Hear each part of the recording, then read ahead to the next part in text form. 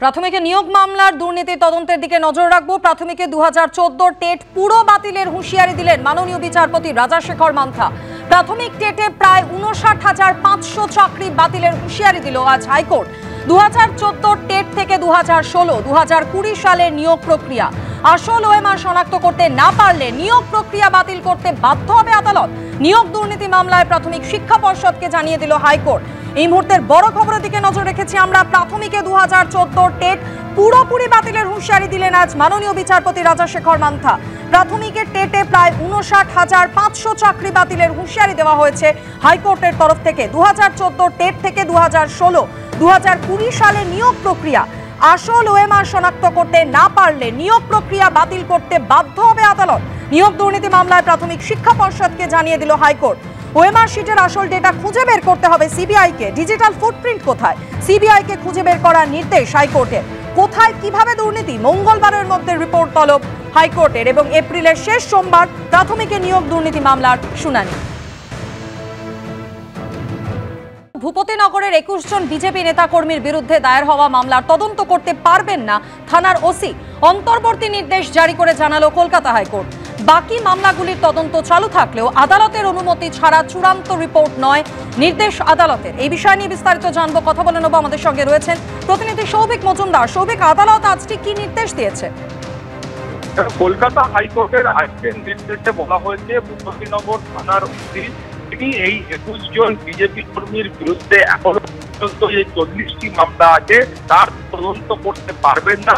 আপাতত এই অন্তর্বর্তী নির্দেশ দেওয়া হয়েছে আগামী সোমবার পর্যন্ত তিনি কোনো রকম তদন্ত করতে পারবেন না। এর পাশাপাশি বলা হয়েছে যে অন্যান্য যে মামলাগুলো রয়েছে সেগুলো তদন্ত তিনি করতে পারলেও সেগুলোর ক্ষেত্রে আদালতের তারা চূড়ান্ত রিপোর্ট করতে পারবেন না। এর পাশাপাশি মৌখিক নির্দেশে বলা হয়েছে যে 21 জন বিজেপি কর্মী কলকাতা হাইকোর্টে মামলা করেছিলেন তাদেরকে এখনই কোন রকম ভাবে গ্রেফতার করা চলবে না, এই নির্দেশও মৌখিক ভাবে দেওয়া হয়েছে। তোমাকে বলবো যে এখানে মূল যে বক্তব্য ছিল যে কলকাতা হাইকোর্টের কাছে এই বক্তব্য ছিল যে তাদের বিরুদ্ধে নির্দিষ্ট কোনো অভিযোগ নেই। বিগত 3 বছর ধরে শুধুমাত্র বিজেপি করার কারণে এদেরকে হেনস্থা করার চেষ্টা করা হচ্ছে এবং একটি মাত্র মামলার ক্ষেত্রে গ্রেফতার করে বাকি মামলাগুলোর ক্ষেত্রে গ্রেফতারি দেখানো হচ্ছে বা দেখানো হচ্ছে। কিন্তু দেখা যাচ্ছে বা অভিযোগ করা হচ্ছে যে বেশিরভাগ মামলা বা অভিযোগের কোনোটা এফআইআরেই কিন্তু এই ব্যক্তিকে নাম নেই। ফলে এফআইআর সেখানে কেন তাদেরকে গ্রেফতার করা হবে সেই অভিযোগ তোলা হচ্ছে।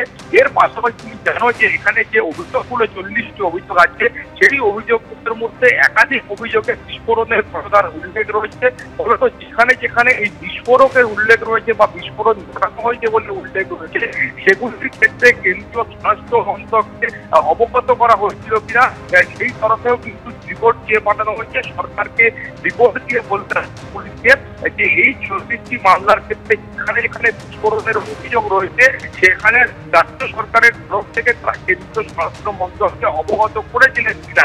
ফলত এখানে আরো অভিযোগ হচ্ছে, একেবারে নির্দিষ্ট করে বলা হচ্ছে গতকাল নবগ্রামপুরের যিনি বিজেপি বিধায়ক রয়েছেন সেই বিজেপি বিধায়কের কার্যালয়ে ঢুকে পর্যন্ত এই ওসির তরফে বাকবিতণ্ডায় তিনি জড়িয়ে পড়েন এবং সেখানে গন্ডগোল পাকাবার চেষ্টা করা হয় এবং সেখান থেকে কোনো ব্যক্তিকে গ্রেফতার করার চেষ্টা করা অভিযোগ করা হয়েছে।